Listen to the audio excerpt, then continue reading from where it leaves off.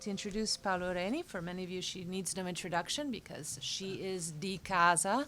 She is a product of NYU Italian Studies. She is associate professor at the City University of New York, the College of Staten Island, and the Graduate Center. She earned her PhD in Italian Studies from New York University. Her research interests focus mainly on Dante, medieval philosophy and poetry, and medical science, but she also investigates 20th century literature. She has published several articles exploring the relationship between Dante's Commedia and medieval medical science, as well as theology. She is currently writing a book, tentatively entitled Dante and Medieval Medicine, a Possible Galenic Presence. So I hear an echo of what we're talking about today, so I think your feedback may be very helpful for her as she completes that project. Even though her main field of investigation remains medieval poetry and contemporary intellectual debates, Paola Ureni has studied and published on 20th century authors as well, such as Federico Tozzi and Carlo Emilia Gadda. Her most recent contributions, entitled Medicine and Dante's Political Thought, published in Dante as Political Theorist, Reading Monarchia, which was edited with an introduction by Maria Luisa Ardizzone, who could not be here today. So I give you, with no further delay, Paola Ureni. Thank you. Thanks for coming.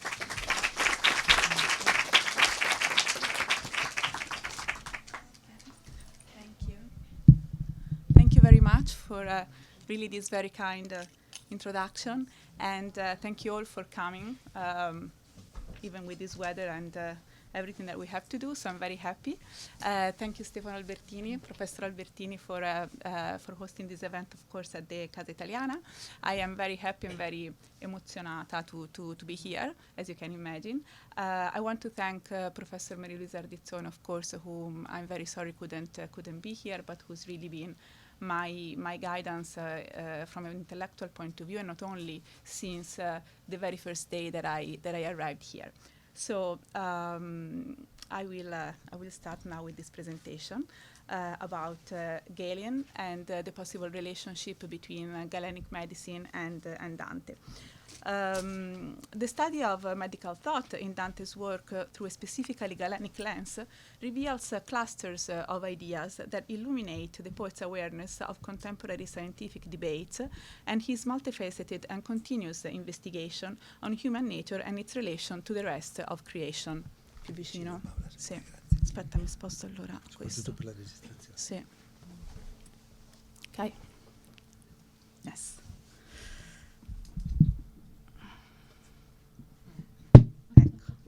No, mi organizzo, scusate, and then I'm ready. Okay. So exact Galenic concepts which emerge in Dante's thought and writing testify to the relevance of the physician to the 13th century investigation of man and to Dante's interest in this particular expression of medical thought.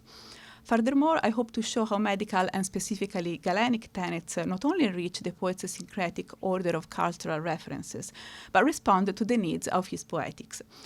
While in late antiquity and the early Middle Ages, Galen's popularity was surpassed by the study of Hippocrates, Dante's time was marked by the study and knowledge of the physician of Pergamon. Galenic knowledge had already penetrated into the West during the late 11th and early 12th centuries due to the new translations of material from Arabic sources, specifically through the efforts of Constantinus Africanus and the Salernitan school. As highlighted by scholars such as Auguste Temkin and Ceci Raisi, Vivian Natton, during the 13th century, European scholars, and interestingly for Dante, of course, specifically in Bologna with Del Derotti and the Circle of Physicians, were enticed to translate the main works of Galen from the original Greek text, including the De Usu Partium, which at the time was known as the Iuva Mentis Membrorum, and the De Complexionibus on temperaments. In this way, the previously scattered presence of Galen in the medical curriculum, which was mostly limited to a summary of Galen's doctrine contained in the Tegni, grew exponentially in the 13th and 14th century. Given the widespread knowledge of Aristotelian metaphysics and natural science, especially at the time, the consideration of Galen's relation with Aristotle's biological works becomes crucial to contemporary scientific debates, especially when the Galenic and Aristotelian positions do not coincide. As historians of medicine have highlighted, Galen himself engages with previous and contemporary philosophical traditions, according to an eclectic attitude which includes, next to the fundamental reference, of course, to the Hippocratic corpus, references mainly to Aristotle and Plato. Galen's dialogue with Aristotle, which marks many moments of the physician's extensive writings, is defined by both admiration and disagreement with the philosopher. As Philip van der Eyck highlights in the introduction to his English translation of Galen's De Complexionibus, the teleological trait of Galen's study on the nature and biological structure of the human being manifests a typically Aristotelian sentiment, as does the reference to the Aristotelian tenets in the discussion of the doctrine of the four elements. At the same time, the physician clearly distances himself from the philosopher while discussing some strictly medical questions, such as the genesis of blood, the distinction between veins and arteries, the role of the nerves, and most importantly, the physiology and function of the brain. This last point will be crucial to the first argument of my lecture today. While in Dante's time medicine was certainly Galenic and Hippocratic, the physician's doctrine was often discussed and sometimes reformulated whenever it clashed with Aristotelian positions. Avicenna's Liber Canonis, the great auctoritas of medieval medicine and medical teaching in the universities, and Averroes Collegiate repeatedly contest Galen's position whenever they diverged from those of the philosopher. As the Persian philosopher and physician Rhazes synthesized in an aphorism, when Aristotle and Galen agree, the judgment of the physicians is easily formed. When their opinion is different or opposite, this judgment becomes difficult and there is not agreement among physicians. I'm highlighting the relationship between Galenic and Aristotelian thought on biology and physiology because it leads me to the first argument of my presentation, which is the doctrine of the hegemonicon, as applied to medieval literary texts, in particular Dante. The notion of hegemonicon, that is in medicine the physical localization of the soul's principatus, of the guiding principle of the human being, has its roots in a much broader discussion which transcends science to include the philosophical and scriptural theological traditions. Scholars have investigated the historical development of this notion, and among these studies, I still find extremely fundamental and relevant Julius Rocca, the development of the hegemonic concept in his monograph Galen on the Brain. So summarizing the idea of a principatus which governs the action, we could say the operationes of the human being, dates back to the beginning of Greek civilization and was initially an abstract the concept, devoid of any localization in the soul or in the body. Over time, the concept of hegemonicon came to be defined as an intermediary between the soul and the body, with an operational or operative function, well expressed by the Greek word organon or instrument. In the constant reflection about the communication between soul and body in the unity of the human being, at the core of man's life and choices, emerged the debate on which bodily organ would be the physical seat of the soul's hegemonic role. So the hegemonicon is significant to the question of communication and continuity between body and soul. Two factors appeared particularly valuable: the relation of the organ with the air and the corporeal origin of sensation and movement. On the basis of these guidelines, from the pre-Socratic time to Galen, two main trends developed, one cardiocentric and the other encephalocentric. The former, mainly Aristotelian and Stoic, highlighted the central position of the thorax, and therefore the heart, in the human body, and its direct contact with the air through the trachea and the lungs connected to the heart. But mainly Aristotle conceived the sensorial and motoric function as dependent on the heart, which he consequently considered the seat of the hegemonicon. The latter, the encephalocentric position, was maintained by the Hippocratic author of the Morbo Sacro, Plato, the Alexandrian school, and Galen. Direct medical and experimental observation demonstrated how the sensorial and motoric function is ruled by the brain and the spinal cord through the medium of the nerves, and suffers from pathologies or traumatic lesions of the two organs. In his vast production, Galen repeatedly considers the brain and its functions. The anatomical description of the organ per se, and in relation to the rest of human anatomy, marks the distance from Aristotelian physiology, as does the attribution of the hegemonicon to the encephalon and the localization of the rational soul in the brain. While works such as De Locis Affectis or De Sanitate Tuenda reiterate the concept of the connection between cerebral pathologies and the hegemonic role of the brain, the De Uso Partium underlines the anatomy and functioning of the organ, and after explaining the formation of the virtus animalis, the animal virtus, establishes the seat of the rational soul in the brain. I have here the first quotation, which is exemplificative of many others in Galen's work. The hegemonicon seat in the brain intimately depends on the origin of the nerves, which Galen, as opposed to Aristotle, locates in the brain.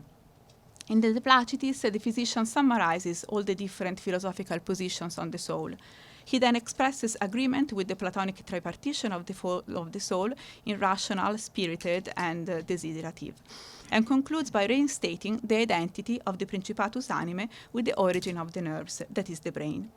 Even though the bipolary of the cardio and the encephalocentric positions refer to Aristotelian and Galenic physiology, it would be reductive, of course, to limit it only to the opposition Galen-Aristotle, as the scriptural and patristic tradition that I don't have time to consider today, and which posited the hegemonic principle in the heart, largely participated to the debate. Dante's writing shows the poet's awareness of the convergences and divergences between Aristotelian and Galenic traditions. The presence of a hegemonic principle and the opposite identification of this principle in either the heart or the brain necessitates not only the scientific study of two organs and their functions, but also consideration of the relations of the encephalon and heart with the sensorial and mental activity of the individual. Following the thread of these notions, we can unravel a series of connections which not only relates Dante's different works, but which also shows the poet's attentive oscillation between the two theoretical positions. Furthermore, the idea of a guiding principle which rules the biological and mental life of the human being finds its correspondence in other forms of hegemonicon, from the political to the linguistic. Rather than giving you a lengthy exemplification of the occurrences in Dante's writing of the ruling element and its reference to the heart or the brain, I'd like to briefly dwell on just a few instances. To me, it's crucial to keep in mind that the hegemonicon not only rules the human being's sensorial and mental experiences, but also is designated as responsible for the individual's actions, that is, operationes. The Galenic emphasis on the brain implies both the biological dominance of the organ and the supremacy of the intellectual activity which that organ manifests. This creates a link between the rational expression of the human soul and the determination of man's choices. What emerges in several Galenic works, in fact, is a link between the intellectual and the ethical, which passes through the organic dimension of the brain. In Dante, we find that the concept of hegemonic organ exemplifies the correspondence between the individual and plural dimensions, microcosm and macrocosm. As in many plural dimensions, it is necessary to distinguish one ruling element and the others governed by it. Therefore, the plurality of the structure of the human being needs to be organized around one principle. This principle, identified with the heart or the brain, alludes to scientific contents.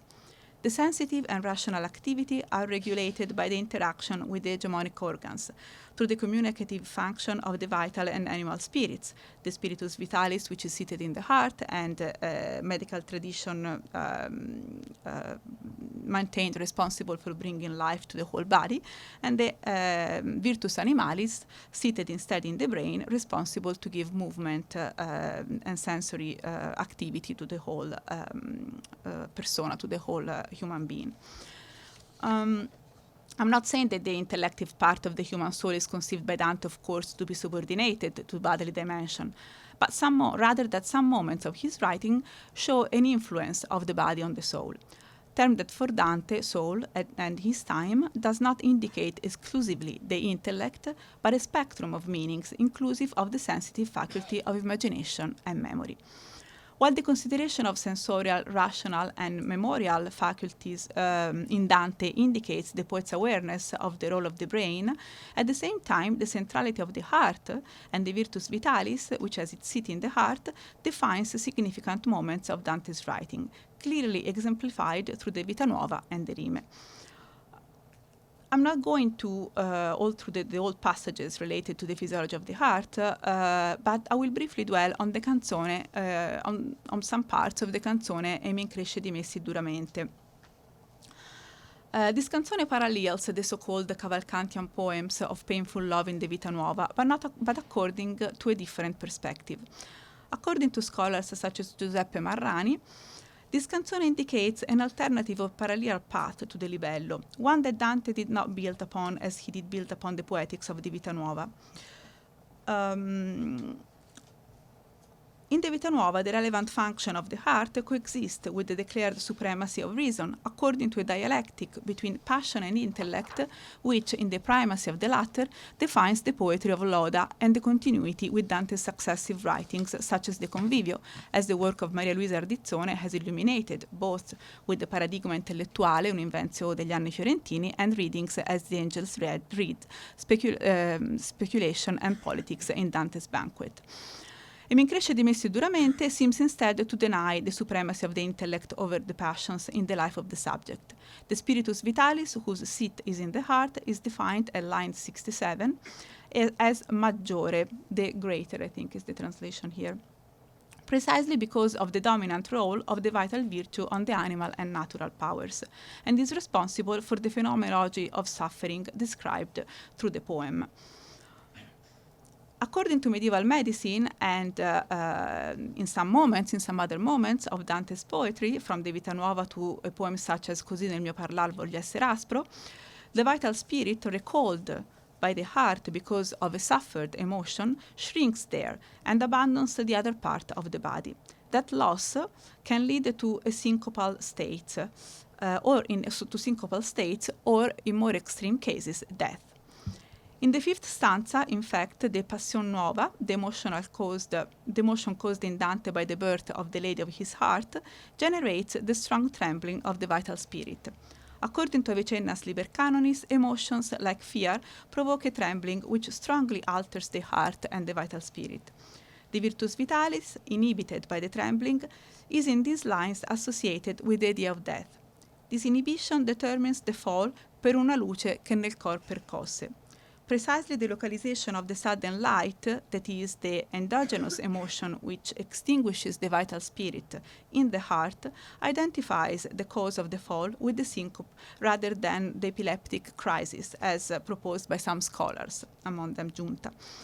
Inasmuch as the origin of the epileptic crisis is not in cardiac but cerebral suffering, as Dante clearly shows to know in the episode of the meeting with Vanni Fucci in Inferno 24.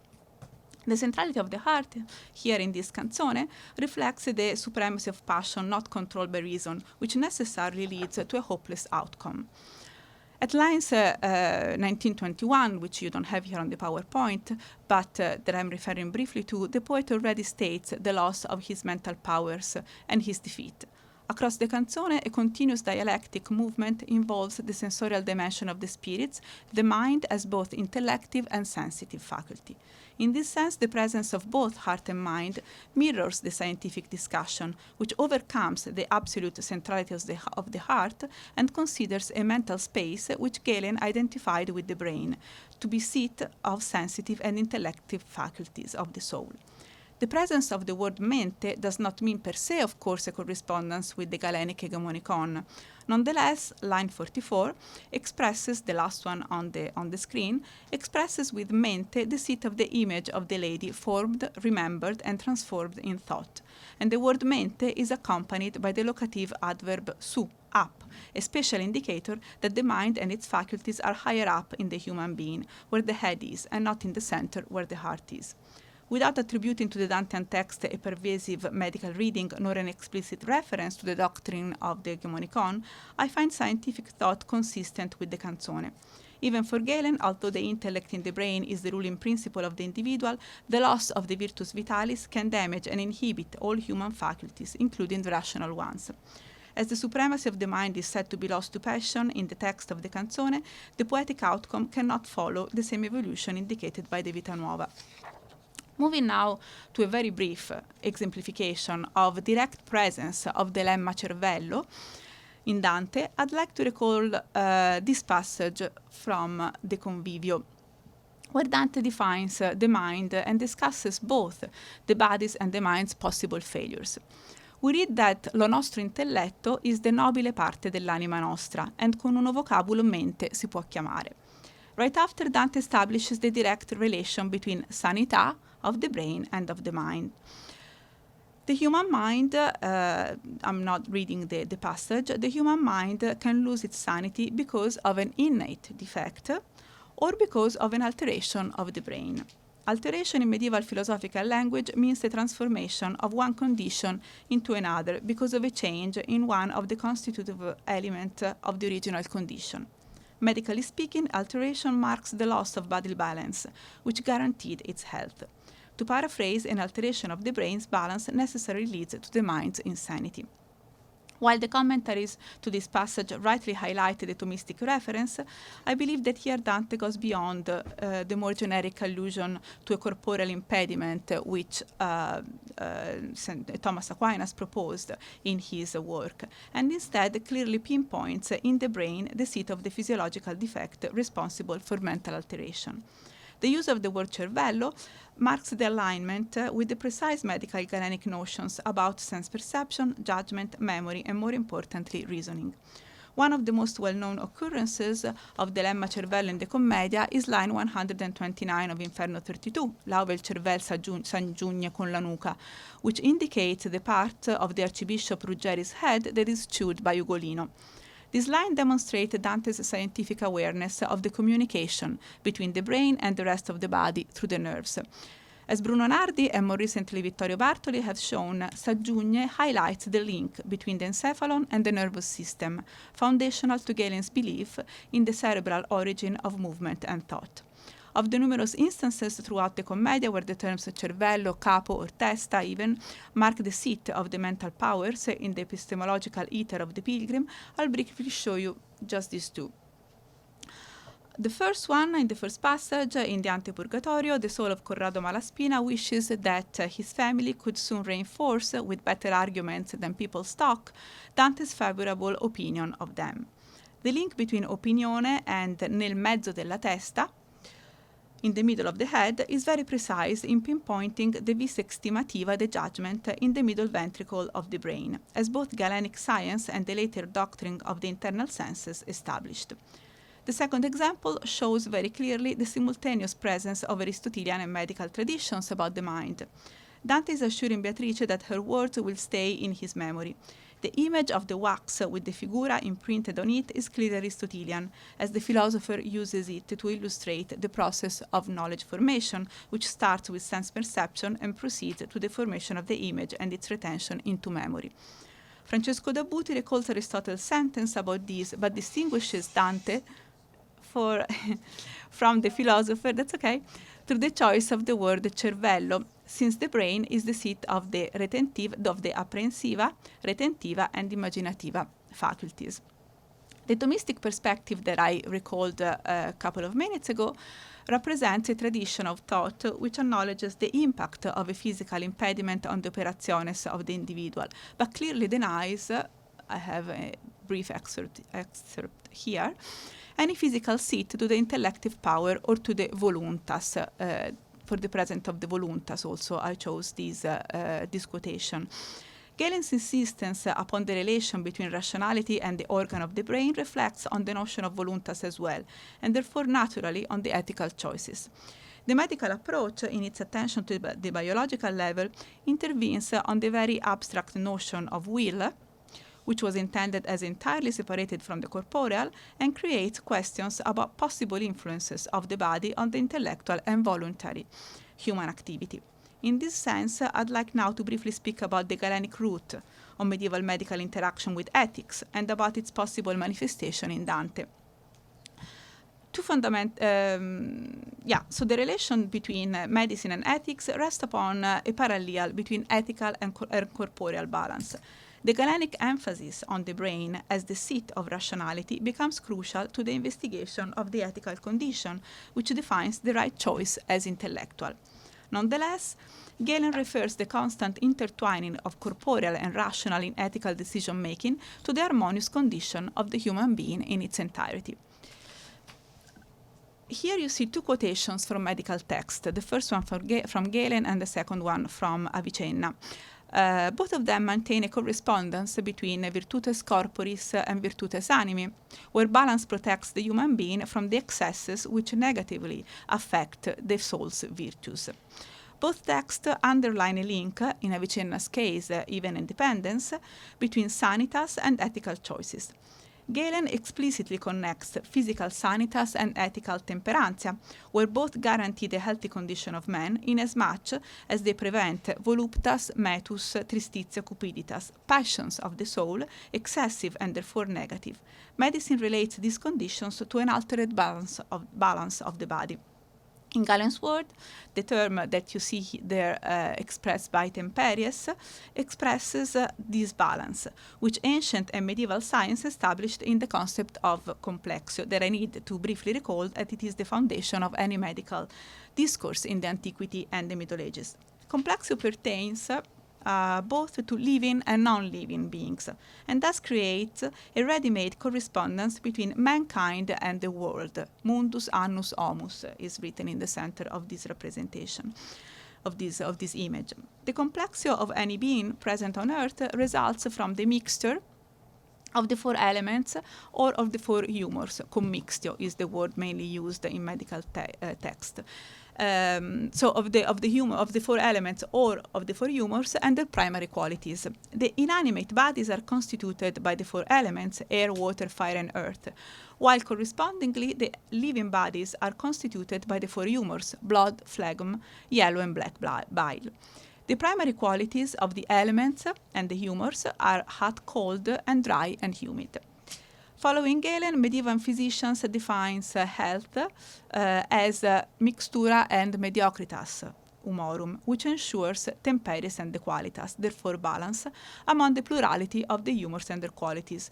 Lack of this balance provokes the opposite condition, that is non-sanitas, sickness or any kind of imbalanced defective state.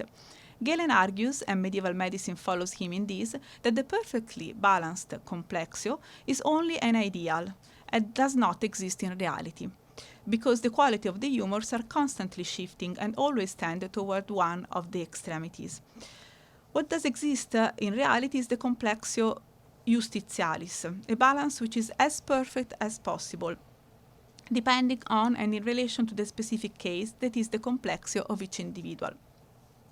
The Galenic connection between virtues of the body and virtues of the soul, which is founded on the concept of harmony in the human being, reveals Galen's dialogue with different philosophical trends, particularly again Plato and Aristotle.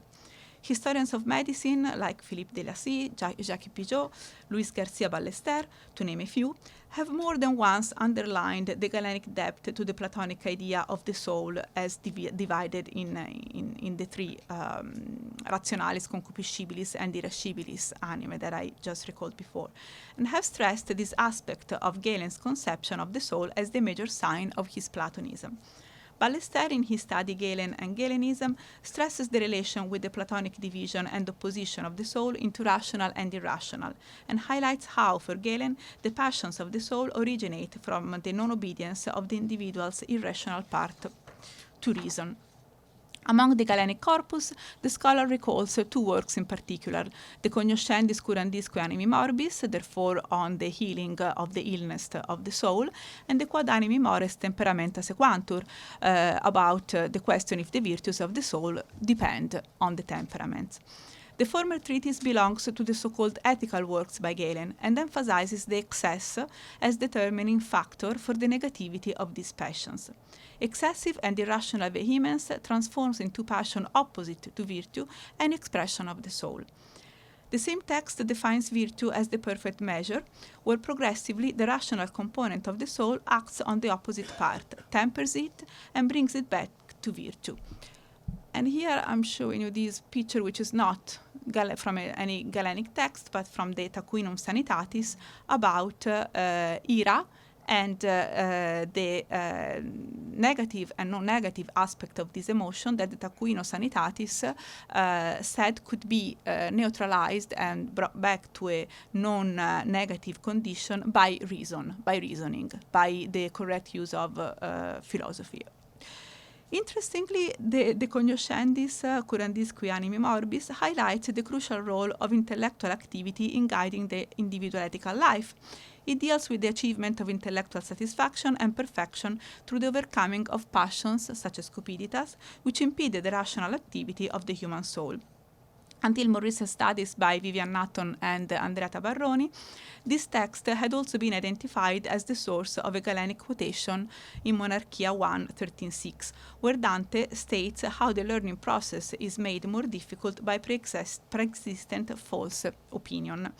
Even though, as Tabarroni observes, it is not possible to trace back the precise Galenic source of this passage in the Monarchia, the Galenic sentiment of the passage, as Natton calls it, testifies to Dante's awareness of even the ethical aspect of Galenic thought. While the Cognoscendis stresses the necessary dominance of the intellectual dimension over passion, the quite short treatise Quod animi mores temperamenta sequantur is concerned with the eventual influence of temperaments on the powers and therefore the actions of the soul. This treatise takes to its logical extreme the connection between temperament and mental virtues, and makes the soul's operation directly dependent on the complexio, since Galen does not distinguish the essence of the soul from its operationes, as Thomas Aquinas or Constantine the African do, and locates the intellect in the brain. These treatises have one representative, emblematic quotation. The treatise investigates the dependence of the soul, even if in its rational expression, on the bodily complexio. A position, the one expressed by Galen in this work, that in the idea of a perishable soul clashes also with Plato, whose authority Galen otherwise usually acknowledges. And naturally, of course, the opinions by Galen through his works do change according to the work that he is writing, and according to the moment, of course, of his life when he wrote it. But as far as this text is concerned, these are the things that we can affirm. In Galenic ethics, Platonic and Aristotelian doctrines intersect. Joel Kay has thoroughly investigated the relationship between medicine and Aristotelian ethical concepts, mainly through the linguistic reference to Aristotle's Justitia Distributiva in medical text.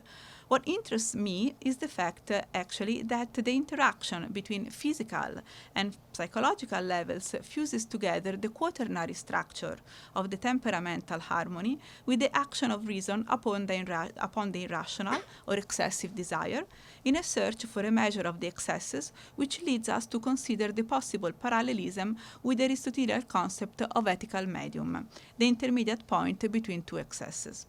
While scholars have analyzed Galen's Platonism with a particular focus on ethics, they have only hinted at the possible connection with the Aristotelian notion of the middle. In his introduction to the English edition of Galen's De Complexionibus, Van der Eyck suggests an Aristotelian flavor to Galen's exemplification of the most perfect complexio, which the physician identifies with the canon, the statue by Polycletus, representing the ideally proportioned, well-balanced human body. At the end of the first book of the treatise on temperaments, Galen refers to it as being perfect because in the right mean at the center of the extremes of the four qualities of complexio, and therefore as a norm or standard of reference against which variations have to be assessed. I'm interested in finding possible consonance between the Aristotelian ethical mean and Galen's idea of temperament, not as the ideal one, non-existent in nature, but as a real existing mixture, which will be not perfect, but will be as harmonious as possible. This real balance is not static because it's not perfect and is characterized by change and constant possibilities of alteration. Peter of Abanos, Liber Conciliator, confirms this approach, as Differentia 29 speaks about complexio and distinguishing and defining the complexio justitialis, the one not perfect but real and as perfect as possible, recurs to the example of the Aristotelian medium, not intended as a mathematical point, but rather as a non-mathematical mean, which does not stand perfectly equidistant between the extremes, but in a relative and more fluid middle point, like the number 8 between 6 and 12. In the quotation from Galen Avicenna that I showed before, the altered balance and therefore the excessive inclination toward an extreme distances the human being from the ethically correct choice. This loss of ethical balance leads to wrong behavior because, we could say with Galen, the hegemonic function of the intellect brain is lost to passion, which is the unbalanced condition of the individual. According to Galen, the balance of the body would guarantee the soul's sanitas as well, and prevent it from affectus such as voluptas or cupiditas, which ethically read become vices. At the same time, the organic location of the rationality allows Galen to conflate the need for intellectual control over the passions with the doctrine of the temperament and the idea of a balance which is first corporeal but then transcends the realm of the body to acquire the meaning of a broader sense of harmony in the individual. One point to consider then is if this aspect of medical thought fused with ethical tenets can contribute to Dante's concept of ethics, and more particularly the idea of evil, and in the Commedia of sin. The vocabulary which medical texts use to connect the harmony of the human being with the ethical choice is shared by non-scientific context as well. I bring in one brief example from Augustine's Confessions, where Augustine associates his inner balance to the idea of salvation and preserving his likeness to God.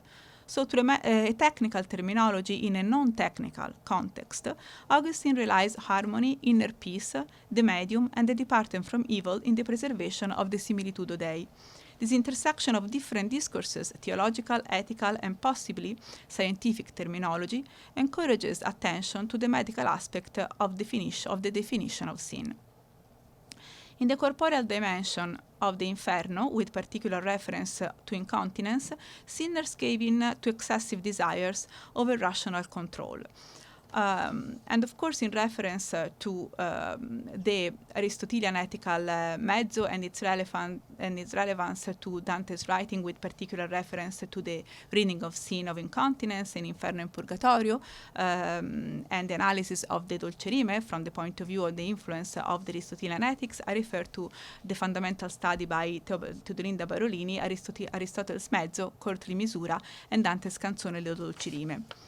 So going back to incontinence and medicine, Galen maintains the juxtaposition between ratio and cupiditas in his definition, yes, you have it here, the second one on the screen, of continence versus incontinence. Cupiditas has in Galen both the more specific meaning of desire and as excessive physical love, and excessive desire in general, which is at the root of all suffering that inevitably follows any human action generated by cupiditas. I think of a connection between the act of sin and the loss of an inner balance that involves body and soul. The first example that comes instinctively to mind would be the lustful of Inferno 5, Hu la ragion sommettono al talento, where the overruling of reason by the passions can be read as suffused with a medical sentiment next to the dominant philosophical discourses, especially since the first terzina of Francesca's famous definition refers to the genesis of love as physical, linking the origin and nature of Paolo's love to the beauty of her body, persona. But the example I find more useful for today's conversation, focused on the idea of balance among opposite elements, is from Canto 7 of the Inferno, where the pilgrim meets the damned soul of the prodigal and the misers. The excess which defines both scenes marks the loss of measure and collocates these scenes at the opposite extremes of excess and deficiency in relation to the ethical medium. The relation between unbalanced complexio and prodigality appears in medical literature. Arnaldus da Villanova, for example, in his Commentum in Regimen Salernitanum, stresses the relation between choleric temperament, ira, and prodigalitas.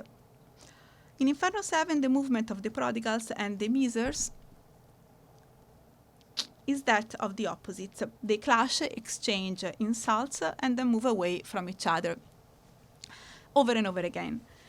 Here, the commentary of Francesco da Buti is useful. Buti, in the image that you have next to Dante's line, illustrates the meaning of the two opposite scenes through the image of a quaternary quadripartite circle.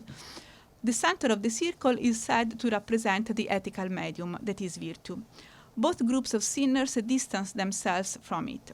What makes this image relevant to possible contact with medicine and ethics is the fact that Francesco da Buti uses a quaternary structure, as quaternary is the relation among the elements of temperaments, and doubles the definition of both scenes through the use of its contrary. So Avarus is the one who keeps what should be given and keeps what should not be kept. Miser and prodigal are at the two extremes, or in the circumference, while at the center is the midpoint that Francesco da Buti called parcus, which represents the balanced medium between the two excesses. The four lines marks the movement from the center to the circumference. Looking now at medical text, I would like to very briefly show you, close to the image of Francesco da Buti, this image from Peter of Abano, Liber Conciliator. The author here is speaking about complexio, and while defining the perfect balance, uses the language of the medium, hinting at the conflation of physiological and ethical perspectives, according to a terminology that may or may not derive from the Aristotelian concept of medium, but that surely connects the two fields. The criterion behind Peter's circle is that the center represents perfection, while the concentric circles distance themselves more and more from perfection. It's a concept applied, of course, to scientific content here, but represents a structure typical, common to medieval thought in different kinds of discourses, theological, philosophical, even mystical, of course. So, on the thread of the relation between corporeal and non-corporeal, sensitive and rational, the only occurrence in the commedia of the term complessione appears in Paradiso 8, to mark the difference between the brutes and man. This moment of the Paradiso highlights the intellectual as the distinctive trait of the human being, and emphasizes the divine inspiration of the rational soul in man, as does Purgatorio 25, of course. Complessione, temperament, is therefore common to both animals and men, and while it marks the totality of the condition in brutes, in the human condition it signifies a phase, the moment which precedes God's infusion of rationality. Dante stresses the infusion of the rational soul directly from God, both in the Commedia and in the Convivio. But if the infusion is divine, is received by God, the recipient needs to be ready for it, that is, well disposed. The concept of disposition is intimately linked to the one of complexio, both in scientific and Dantean texts. For Galenic and medieval medicine, complexio participates in dispositio of matter, in both inanimate and animate beings. According to the correspondence between man and world, microcosm and macrocosm, the proportional mixture of the four elements produces the complexio of matter. From antiquity onward, this concept is crucial to the idea of creation. Galen follows Plato in the belief of creation as the work of a demiurge acting on pre-existing matter, formed by the four elements. In the treatise on the usefulness of the parts of the body, concerned with the anatomical but also teleological aspects of the human being, Galen quotes the Timaeus and speaks of the creative act of the demiurgic figure who acts on the existing elements, that is, on disposed matter. The idea of an inanimate entity disposed according to the mixture of the four elements to receive a form of life from a superior being makes its way into scientific texts as well, where the idea of mixture is then focused on the human being, its characteristics, its health and sickness. Therefore, the scientific idea of temperament involves the relation between man and the rest of creation on the basis of matter's complexio and its potential disposition to acquire a particular form. In the Quaestio de Aqua et Terra, Dante states that all the forms that are potential in matter are ideally in act in the superior entity of the motor celi. Right after, Dante explains that all the material forms are the result of a complexio of the four elements, a well-mixed and tempered subject. In order to mix with each other in the complexio, the four elements need to be in the same place. and the earth needs to be elevated by the action of the astri, the celestial virtue, because its natural seat would be, of course, otherwise in basso. Michele Rinaldo, in his commentary, relates this passage to Monarchia, yes, to the first one that you see, to Monarchia 2:2, where Dante explains the function of the heavens as God's instrument through which the divine likeness passes into matter, as long as matter is well disposed to receive it. Along the same lines, in Canto 13 of the Paradiso, verses 64-72 refer to the cose generate, that is, not created directly by God. Dante reiterates here how prime matter and celestial virtue are like wax, not always disposed in the same way to receive God's imprint. Just like different trees, although of the same species, they give better and less good fruit, human beings are each granted of a different ingegno, according to Chiavacci Leonardi, indole, and the translation here, temperaments. The following lines continue the metaphor of wax and suggest that if matter were perfectly disposed, the heavens would grant the best possible influence. La luce del suggel parrebbe tutta. From the Monarchia to the Commedia and the Rime, as a potential condition of the matter or of the soul, more or less apt to receive an infusion that comes from above, so God or the Sun or love, for example, in Amor che movi tua virtù dal cielo, dispositio also implies the meaning of being ordered by nature to a specific aim, where that disposition finds its perfection. The concept of dispositio, which includes the idea of complexio, intertwines with the Aristotelian dialectic between matter and form, potential and actual.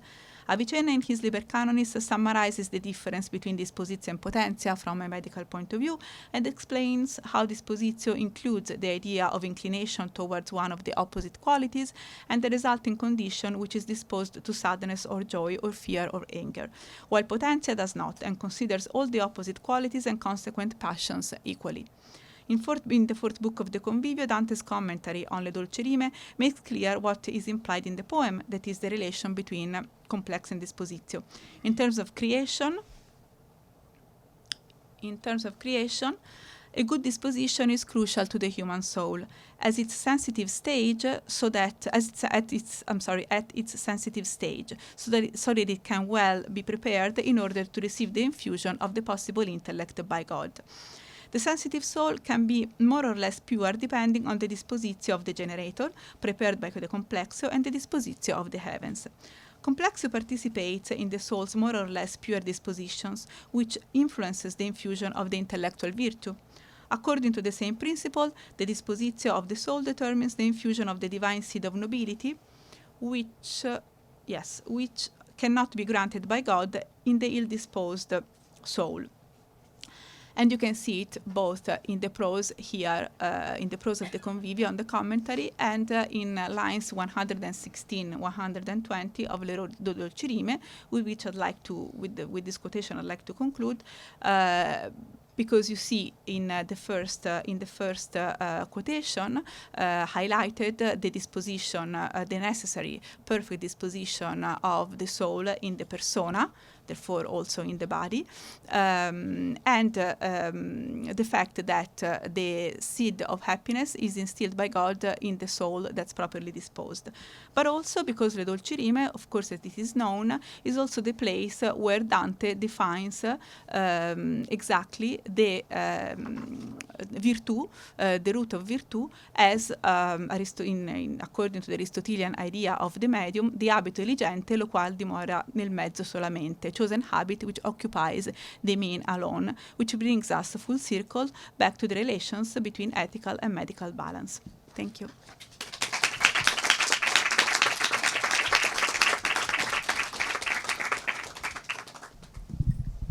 Thank you so much, Paola.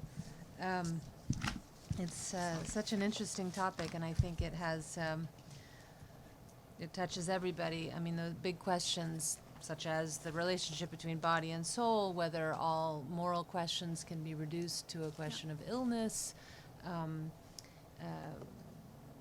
question of whether man's principle is in his heart or in his brain, and whether man's personality, being, is attached to some organ which is simply mortal. It's such a modern question, whether whether in fact we are nothing but our bodies.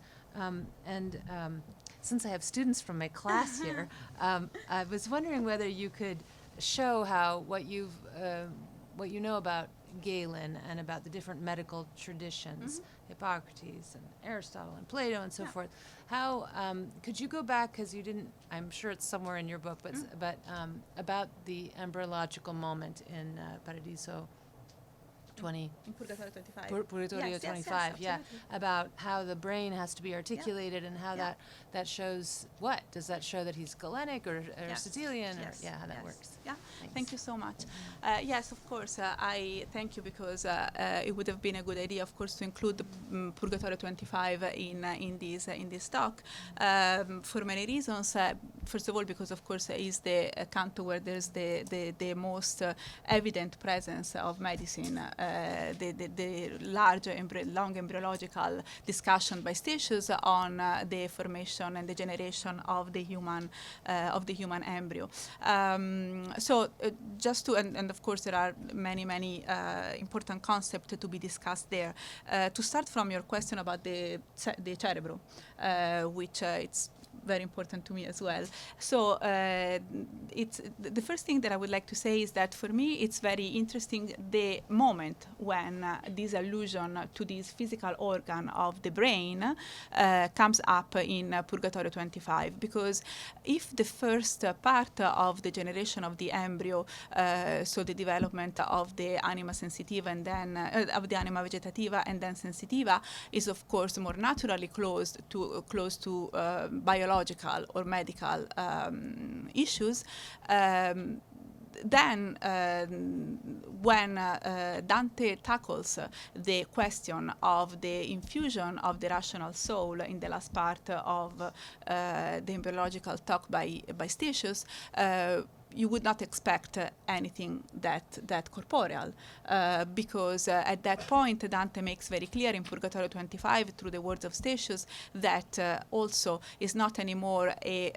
progressive development, right, of the embryo through the different faculties and powers up to the sensitive, but it's at that point is an infusion that comes from God, from the of the rational part of the soul. So it's which at that point absorbs with it the previously formed parts of the soul. So as you probably all know already, that is the moment when Dante makes also clear the error of Averroes, and so he says about the possible intellect.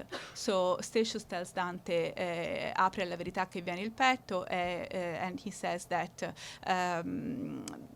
someone who was way more wiser than you, that is Averroes, made a mistake about this point, about the individual rational power, because of course Averroes separated the intelletto possibile from the individual, bringing to all the heterodox interpretations of Aristotle, etc., etc.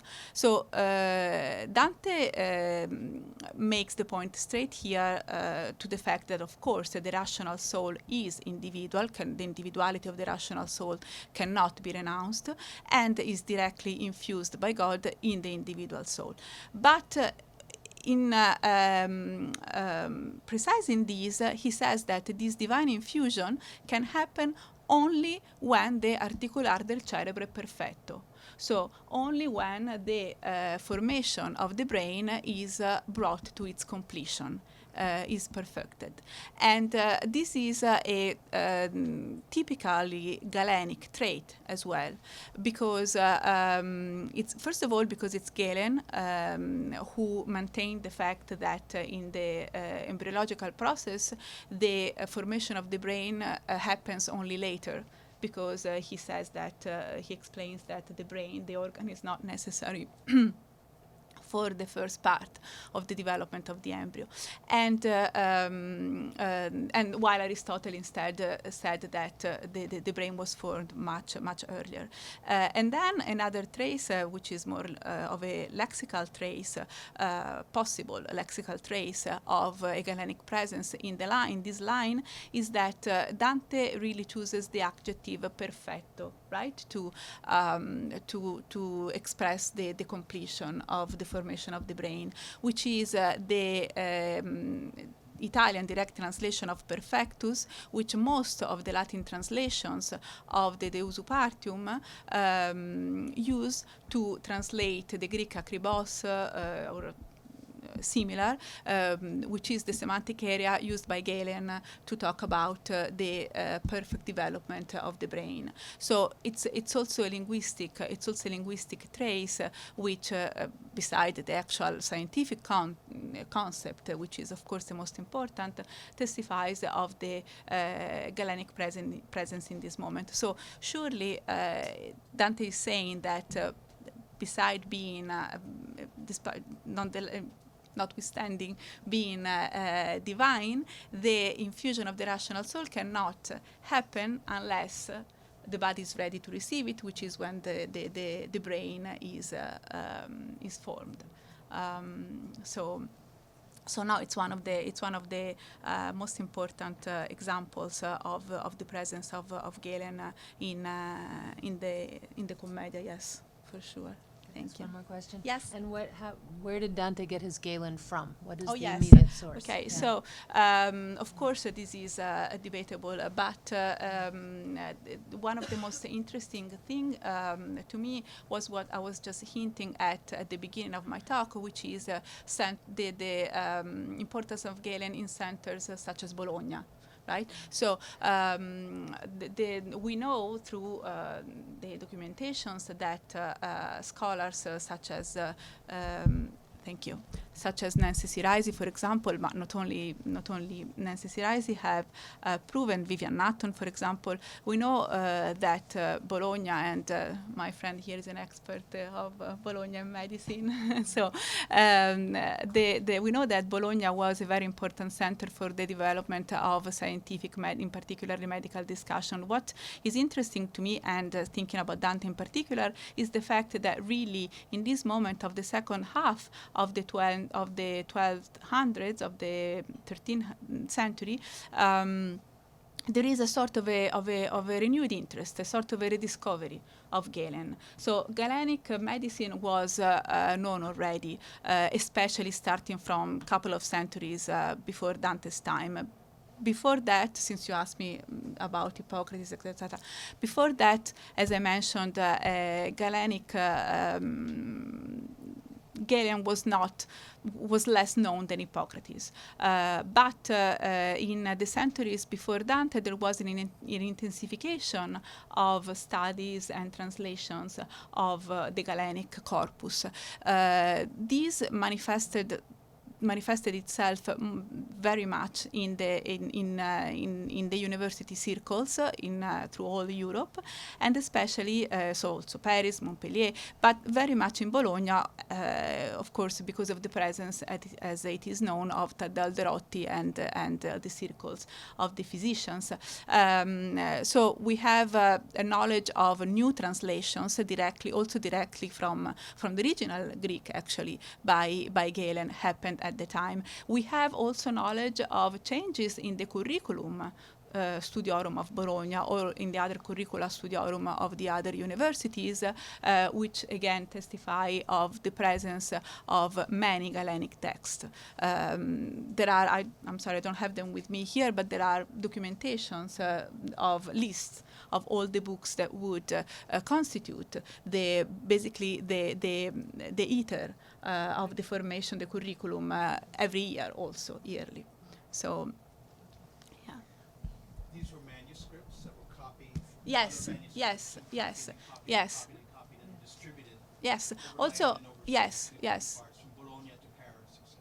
Yes, also because in that time, one of the ways, right, through which the manuscript, or through which the works were diffused, was the method of the pecha, right, which was an ancient way of almost photocopying, right, the sort of the carta carbone, it's I don't know, like, precisely the method, but it was a way in which the text was superimposed on a piece of to reproduce it on a piece of paper, and it was and it reproduced, and it was reproduced without having to copy it word by word. So it was So it wasn't like Pecha. Pecha, sì, P-E-C-I-A, yes, P-E-C-I-A, Pecha. Pecha, yes. So it wasn't Yes. like a pentagraph, like what Thomas I- Jefferson used, which was like this thing when you wrote with a pen on one side and the pen on the I don't know. I don't think, but it was a method which would allow for an easier diffusion of text such as these ones. So And yes. they were accompanied with illustrations. Well, I think that well, in the Pecha, you mean with the Pecha, yes, but in general, then of course, like every manuscript has its own also illustrations, and it depends on the tradition. So that it depends. Its own, so each manuscript had different illustrations, or Well, yes, some are similar, some are different, but it's not. I mean, of course, I've seen some of the manuscript of some of the Galenic works at the Apostolica in the Vatican, etc. I haven't seen all the manuscripts, so I don't know about all the manuscripts that were circulating. But there's also a reproduction, but there's also, right, in the style of the manuscripts, there's also an individual attitude of the author who adds, right, his own particulars, his own details to the copy that he's making. So I'm interested in the way he lines up the ethical versus, you could almost say, the medical or scientific. Two motives. Does he want to protect himself in case he's scientifically incorrect or going in the wrong direction, knowing that he's ethically on a firmer ground? Or is he Galen. more, Galen. in his discussions, or is it the other way around? If it is ethical, that sort of proves that the scientific or medical and biological is correctly stated and placed. well, it's not easy to. Thank you for the question. It's very interesting, and I'll reflect on it. It's not easy, I think, to give one unitary answer because, as I mentioned before, Galen's works is really, really vast. It's like the modern edition is like 20 volumes, so it's really. But the point is also that he often. I mean, of course, the basic of his sciences do not change, but it happens that he changes his positions on some issues that are not strictly medical. So, for example, he changes his mind more than once when he talks about the soul. He says one thing and then he says another one. So, I do not think that he wants to reproduce a entirely continuously constant ethical attitude, but he's more concerned with the scientific and medical consistency. But for sure, he's concerned with some aspect of the ethical as far as the behavior is concerned, and that's consistent. And for example, in the text that I was mentioning before, the cognoscendis animi incurandisque animi morbis, he's very much concerned, and again, right, he's a physician, so he's very concerned of the ethical as practical and its practical consequences. So he's very concerned with, for example, the ethical as education as well. So the fact, so there's a lot of space given to the training of the individual towards an ethical right behavior. So I think is an intertwining of the two. They're probably dependent also on different moments of his life, of his writing, of his reflection. But for sure, you can find consistent points, as I was trying to say. Yes, thank you. So sorry, Pam, No, thank you. I just wanted to add to what you said. Yeah. That the figure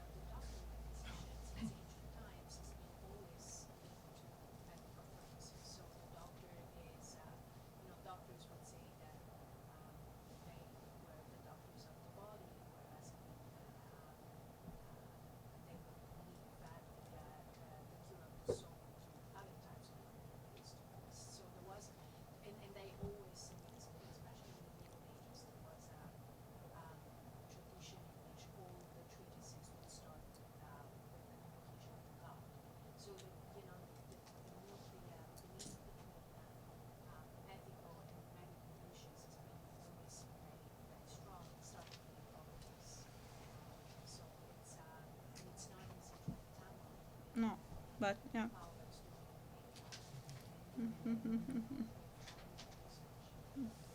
Thank you. No, it's true. I mean, it's true because often, as you said, and thank you for saying it so clearly. It's true that the two things are so connected to each other. And on the other hand, many times when you read Galen, depending on the work that you are reading, you have the impression that really at some point it's almost a habit, right? And he doesn't.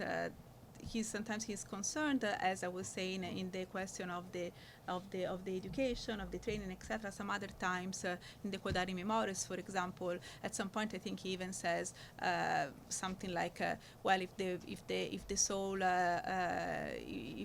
soul is mortal or mortal, what does it concern the physician, or something like that. So, yeah, thank you. No, you're right. It's truly. Paola, just out of Yeah. curiosity, I mean, it has been said that history of medicine to the 17th century, basically, it's totally static. What changes are just the additions of the few prescription of recipe and other things. You know, this debate, Galenic and Aristotelian, of course, brings to mind a famous passage of the Galileo's Dialogo dei Massimi Sistemi, in which I don't remember now, Salviati or Sagredo,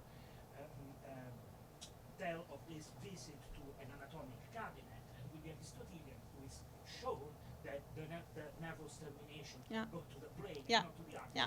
Well, if he had written otherwise, Otherwise, I would I believe it. could have Yes. believed it. So when does it change? When is the turning point that, when are Galen's and Hippocrates gotten rid of? Yeah. When does it change? Later, in the late 17th century? Well,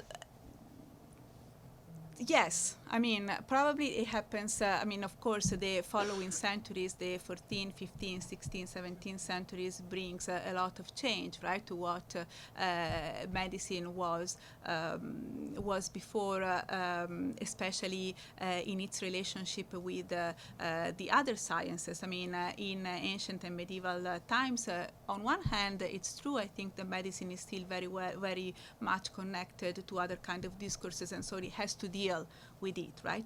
But on the other hand, I also think that the Galenic science, and I mean, Dante is a demonstration of it, of this in the end. I mean, the fact that really with, and I'm saying Galen because I think is one of the most representative figures, and because I'm so interested in him, but of course I don't want to limit the discourse to him, but just to, per intenderci. Really, the observations, the basis of the observations that Galen would make would always be based on the dissections, on experiments, on if not bodies of dead people, of animals for sure. That was very much diffused in Galen's time, and also in later and also in medieval times.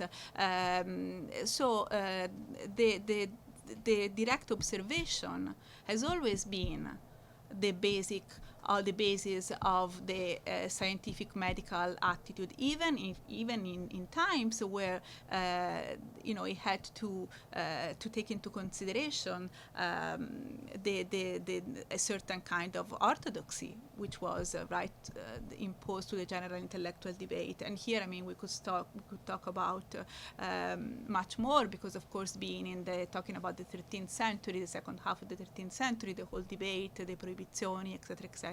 But what I'm trying to say is that to me, the fact that there was this resurgence in the interest in Galen, even at this point, in the second half of the 13th century, marks the fact that the attention to this aspect of science and to these and to the exactly to the truth of the experimental science was very much part of the discourse at the universities, and I mean, I think Dante shows to be aware of it in many occasions. I mean, the interaction between medicina teorica and pratica, I mean, of course, it becomes stronger later, but it's also a characteristic of that moment. So, thank you. Yes. I would like to ask a question about first of all, thank you for the wonderful presentation. I enjoyed it very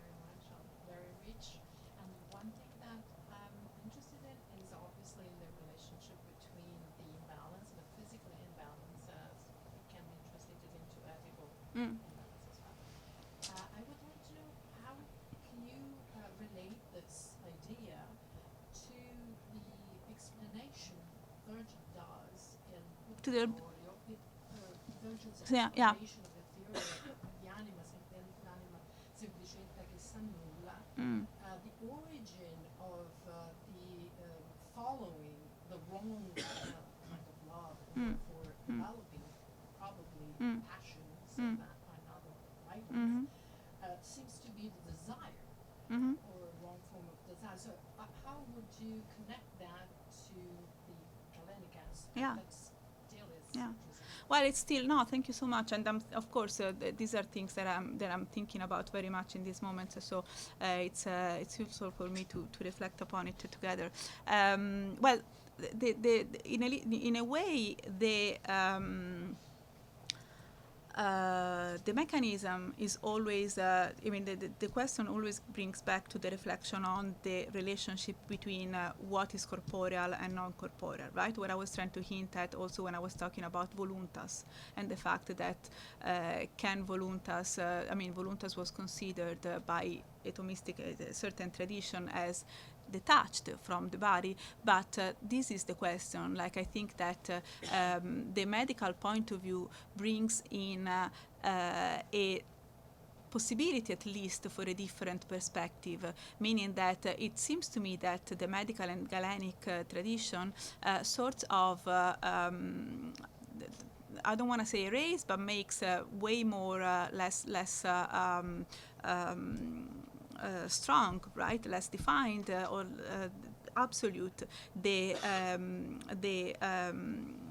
difference and the separation between the body and the soul. So the point is that the human being, it makes more easier in a more modern way also to see the human being as a unity, where really the two parts are in communication, and it's valid also for the way in which desire works. Then, I mean, when Galen talks about cupiditas, that's also the part that was interesting to me, because he talks about cupiditas as something that, and he relates the discourse on cupiditas also to the physical, and to this problem of the balance, which has to be both of the body and of the soul.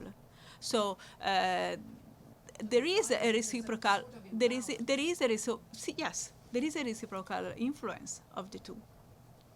So if we can go maybe a step further, because I too was very interested in the relationship between ethics and which was the core really of your talk, and physiology, right? But how do you? I mean, so I see that. I mean, you explained it very well. No. What is less clear to me is the relationship to sin. Yeah. Right? Yeah.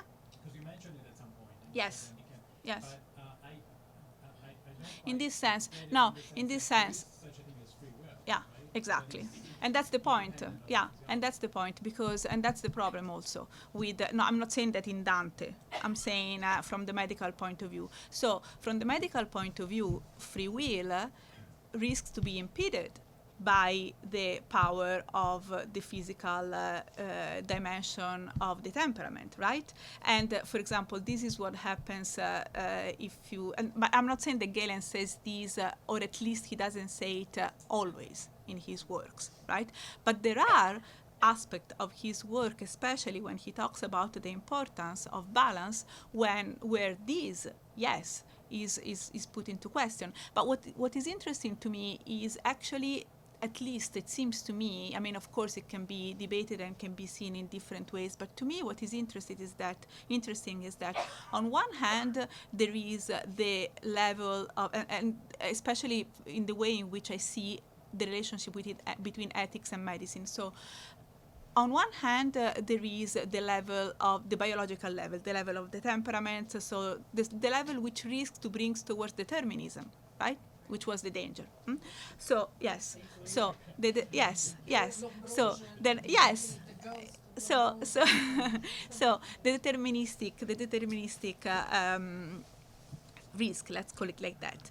On the other hand, in Galen, there is the other aspect of the importance of the intellectual activity, which is highlighted so much also in his work. on the other hand, the rational soul is said to be seated in the brain, which could be altered, and et cetera, right?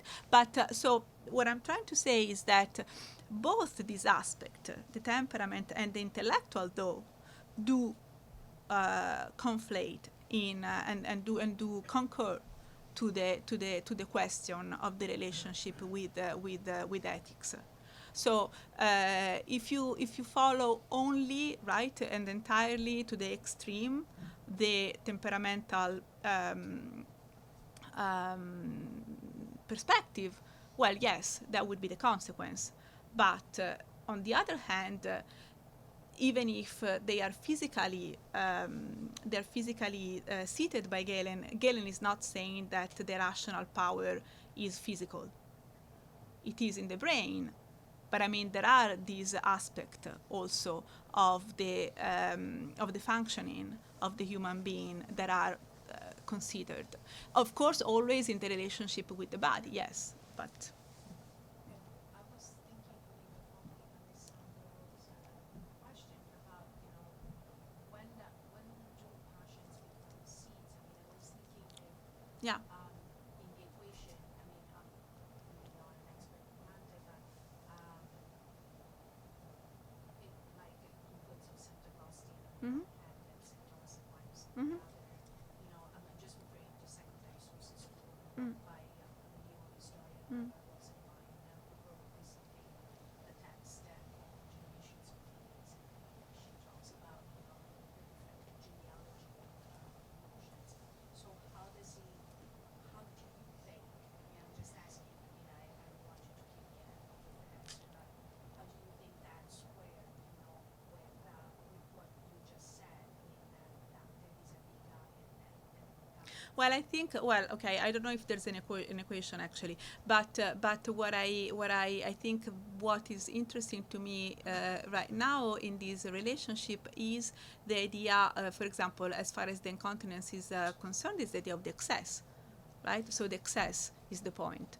So because it's in even in Galen is fundamental. So it becomes it's the excessive cupiditas or the excessive the excess in any manifestation of these emotions of the soul, which transforms it in a negative aspect. And here, I mean, I know less about this because I think maybe you know more about this actually. But I think isn't this also the point of some of the aspect of medicine which becomes less philosophical, more practical, but in the, for example, like in the Taccuini Sanitatis or in the Remedia, right? This thing of something that can be positive, but then when it is excessive becomes negative. And so I'm thinking about it in this sense right now, but. Of course, there's more to. Thank you.